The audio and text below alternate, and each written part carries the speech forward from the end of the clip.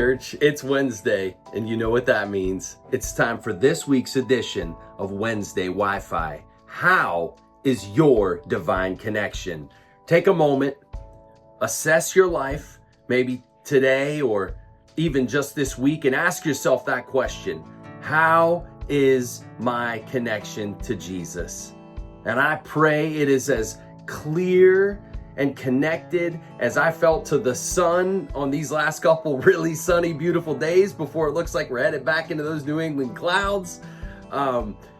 Because if it's not, we're going to be talking about a name that's used for Jesus that I believe will help you to cut through anything that is sort of captivating your heart and taking away from your connection to Christ. So we've been going through these names and we've been going through these different descriptions of who Jesus is in the Bible.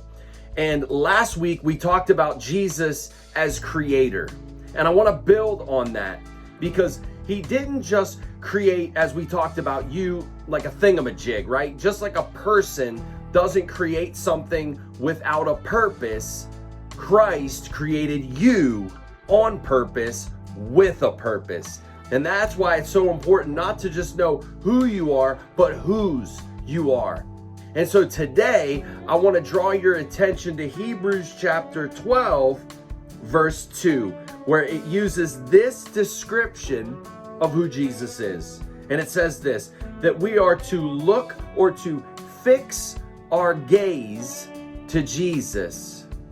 Fix your gaze. Fix what you look at upon Jesus. And it says this, the author and perfecter of our faith.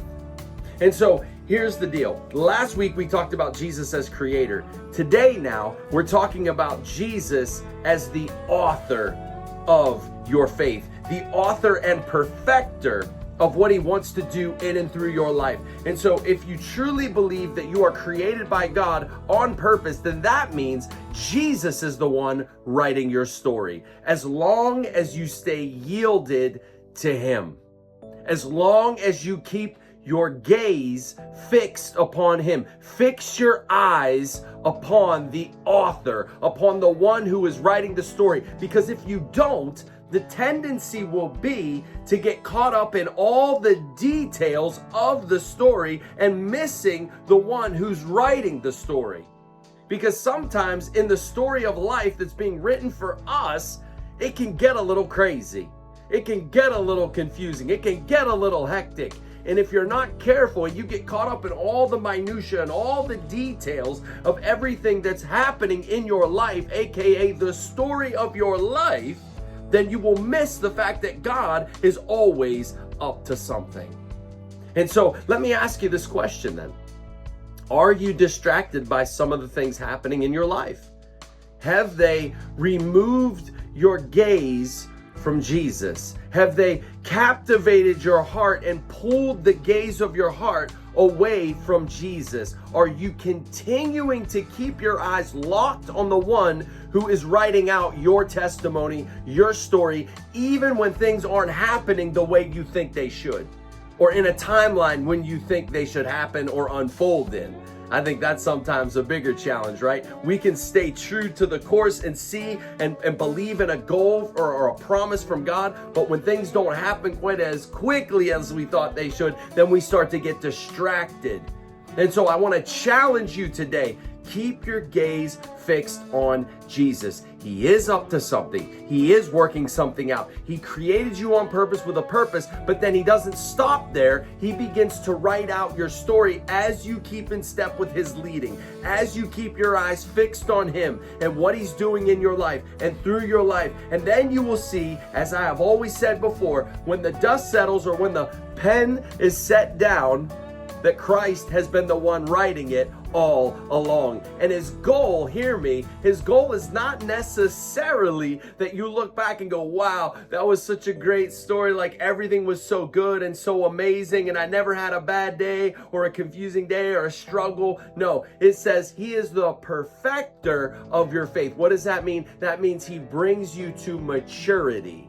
And so sometimes we go through difficulties and trials and even tests of our faith in order to mature us as Christians. So that means it's okay if you feel like there are other things trying to captivate you or pull away from your gaze from Christ because it seems like things are difficult. But really what he wants you to do is say, just like a child, almost, I imagine what, lack of better reference because we're moving into warmer months, but if I go ice skating with Isabel, and I just want her to hold on to my hands and trust me that I'm going to lead her, even though she might stumble at times or hit rocky patches on the ice or rough patches on the ice. And it's just, no, fix your gaze on me. I'm the one leading you. I'm the one guiding you. You just trust me. That's why the Bible also calls Jesus the captain of our salvation. Trust in him. Keep your gaze fixed upon the author, Jesus. Don't get distracted, church. Here's your sermon in 60 seconds. Charisse did a tremendous job bringing home a message on Mother's Day. And what a message it was from the true heart of a mother. Somebody who is watching her oldest about to fly the nest and all the ramifications. I mean, she had me choked up, had me moved to tears.